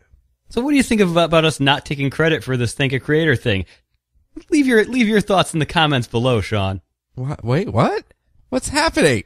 What's happening? Did you just steal my segment? Give us a thumbs up. Give us a like. No, we're not doing that. I'm trying to undermine you completely. No, with my least favorite thing on the internet. I'm explicitly not doing that because I hate that shit. Hate it with the fire of 1,000 suns. So that's why I'm saying don't make it a hashtag. Don't do any of that crap. Don't at us. Is that a thing you do on the tweets? Yeah, don't ampersand us. Twip twops. Yeah, no ampersands. They're not ready for the ampersand. You can figure out how to put the umlaut over a P. Maybe you can do that. Oompies? Oompies! Hey, there we go. That's new. Yeah, ahead of the curve again. Yes. But just make sure you send out a quick note. Makers. Send out a quick note. Send out a note to an editor that's been doing a job that you like, to a series of books that you like, because those guys get no love, those guys and gals, and they do hard work as well. I think that's all we got. Brian, you want to talk about next week's books? Sure, why not? Okay, what do we got coming up next week? Beats the heck out of me. You got the computer in front of you. Next week, and I changed pages when I was trying to confirm if I missed a book or not. Curse me. Next week, we do have the following. Aquaman number 36, going toe-to-toe with Martian Manhunter, it looks like. Arkham Manor number 2, continuing that completely not what I was expecting book whatsoever. Batman Eternal number 34, I think, catches us up to the sneak peek issue at that point. Okay. Catwoman number 36, loving those covers. Deathstroke number 2, new and improved, young and with 2 eyes. So get out there. 2 eyes for Deathstroke number 2. Hopefully he does not be so confused by having depth perception now. He's just gonna keep walking into things. I don't understand. I came from a 2D world. Earth 2 World's End number 8. I'm sure it's gonna turn around for Earth 2 in that issue. Everything's gonna be hunky-dory. A new series starting up, Gotham by Midnight number 1. Spooky Gotham. But I don't see Andrew Bennett on the cover. Nope. Infinity Man and the Forever People, featuring Guy Gardner, the Red Lantern Corps, as he beats up every new god he sees. Sure, why not? He did promise he was going to do so in his book, for them beating him up. Justice League Dark number 36, Red Lanterns itself number 36, beating up more new gods. Seems to be kind of a one-trick pony here, Mr. Guy Gardner. Yeah. Just beating up new gods left and right. Secret Origins number 7, looks like we're getting the Flash at least. Star-Spangled War Stories featuring G.I. Zombie. Poor G.I. Zombie against a horde of zombies. Who would have thunk it? I know. Who would have thunk it? Superman number 36, The Flash number 36, Powerless Flash versus Dinosaurs. I'm sold. And last but not least, New 52, Future's End number 30. So, yeah, a nice reprieve next week, it looks like. Nope, not at all. No turkey comas for us. So we will probably have another short question session, but if you do want to reach out to us, contact us. Do not hashtag us, though. Whatever you do, if you want to oompy us, you can. Yeah. We're going to start that up. If you can figure out how to do it, I'll be impressed, to be frank. But you can do so very easily. Brian, how do they find us? On the internet. Yep, you just type in DCR Podcast. If you want to email us, we're feedback@DCR Podcast. Easy peasy lemon squeezy. Other than that, just type it into your search engine of choice, or just type it into your bar, and you'll figure out the rest pretty easily. I have faith in you, internet consumer. You can do it. Go, guys. Go. Believe. We can do anything. Believe in the me that believes in you. You got anything? No. Here we go. Happy Thanksgiving, peoples of Earth. Enjoy your turkeys if you eat them, or whatever fowl of choice that you consume this week, or cow, or fish, or goose, or lobster, or turducken. Maybe that's what Beast Boy will be. Turducken? A turducken. That's challenging to draw, let me assure you, to get across the fact that he is a turducken. It's going to be very uncomfortable for Gar as well. Poor wild turduckens. Mercilessly slaughtered around Thanksgiving. So if we have nothing else, folks, enjoy your books, enjoy your week, enjoy your lives, and we will talk to you after the holiday. All those poor Nagas murdered to be Manchester Black's jacket.